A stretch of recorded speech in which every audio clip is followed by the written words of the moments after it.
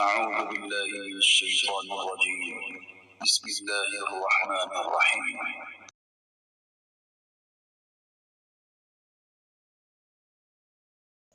أعوذ بالله من الشيطان الرجيم بسم الله الرحمن الرحیم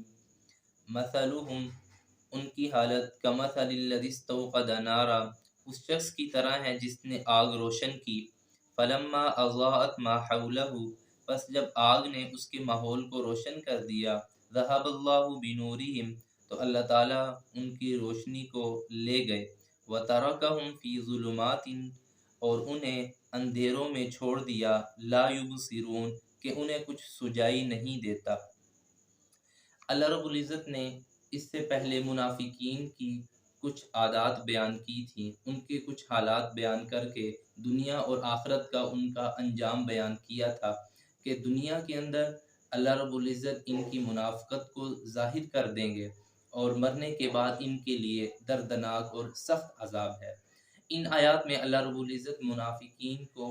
ایک شخص کے ساتھ مثال دے کر ان کی کیفیت کو مزید واضح فرما رہے ہیں۔ دیکھیے، جو بات مثال سے بیان کی جائے اس کی بہترین انداز میں سمجھ آ سکتی ہے، تو اللہ رب العزت بھی ان کی ایک مثال بیان فرما رہے ہیں کہ دیکھیے ایک شخص اندھیرے کے اندر آگ جلاتا ہے اور آگ جلانے سے اسے کچھ روشنی اور فائدہ ہو جاتا ہے، لیکن اچانک اللہ رب العزت اس آگ کو بجھا دیتے ہیں، ختم کر دیتے ہیں، تو نتیجتاً آگ کے بجھنے سے وہ اندھیروں میں ہی شمار ہوتا ہے، وہ اندھیروں کے اندر رہ جاتا ہے اور نتیجتاً وہ نقصان اٹھاتا ہے اور اسے منزل معلوم نہیں ہو سکتی۔ یہی حال ان منافقین کا بھی تھا۔ اللہ رب العزت نے اس مثال میں چند چیزیں بیان کی ہیں۔ دیکھیے، سب سے پہلی بات یہ ہے کہ ایک شخص آگ روشن کرتا ہے، نمبر دو، اس آگ سے اسے کچھ فائدہ حاصل ہوتا ہے، اس کا ارد گرد اس کا ماحول روشن ہو جاتا ہے۔ تیسری چیز کہ وَتَرَكَهُمْ فِي ظُلُمَاتٍ اللہ رب العزت اس کی آگ کو بجھا دیتے ہیں، اس شخص کی روشنی ختم فرما کر اسے اندھیرے میں چھوڑ دیتے ہیں، اور پھر لا یبصرون اسے کچھ سجائی نہیں دیتا، کچھ نظر نہیں آتا۔ یہی حال منافقین کا ہے کہ اللہ رب العزت نے مثال میں سب سے پہلے یہ بیان فرمائی ہے کہ استوقد نارا کہ ایک شخص آگ روشن کرتا ہے، تو یہ منافقین بھی بظاہر ایمان کا دعویٰ کر کر اپنے آپ کو ایمان کی روشنی سے مزین کر کے دکھاتے تھے کہ ہم نے لا الہ الا اللہ محمد الرسول اللہ پڑھ کر ایمان کی روشنی جلا لی ہے۔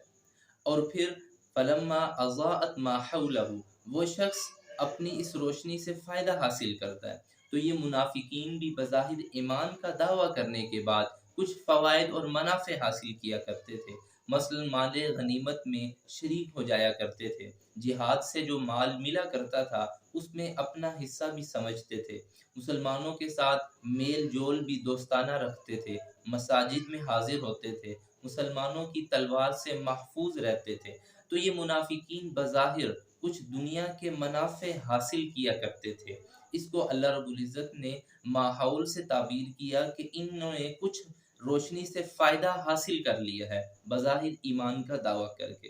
تیسری چیز مثال میں یہ بیان کی اللہ رب العزت نے کہ اللہ ان کی روشنی کو، ان لوگوں کی آگ کو بجھا دیتے ہیں۔ تو اسی طرح منافقین کی بھی یہی حالت ہے کہ اللہ رب العزت اچانک ان پر موت طاری کر دیتے ہیں، ان کو اللہ رب العزت موت دے دیتے ہیں۔ جب موت آ جائے گی تو دنیا کے منافع ختم ہو جائیں گے، جیسے مثال کے اندر اس شخص کی آگ جب ختم ہو جاتی ہے تو وہ اندھیرے میں رہ جاتا ہے۔ تو یہ لوگ بھی جب مر جاتے ہیں، کیونکہ حضور نے فرمایا من مات فقد قامت قیامتہ، گویا اس کی قیامت شروع ہو چکی ہے،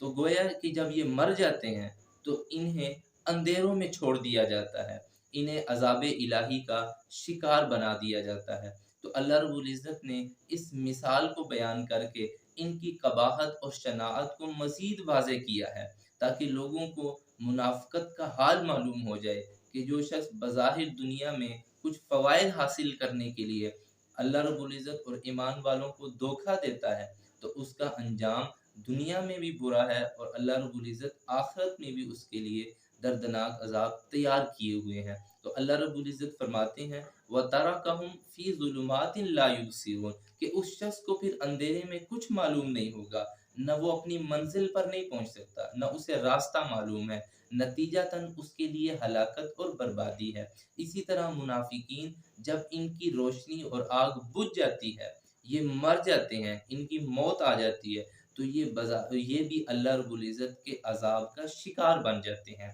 اللہ رب العزت ہمیں سمجھنے کی توفیق عطا فرمائے۔ وآخر دعوانا ان الحمد للہ رب العالمین۔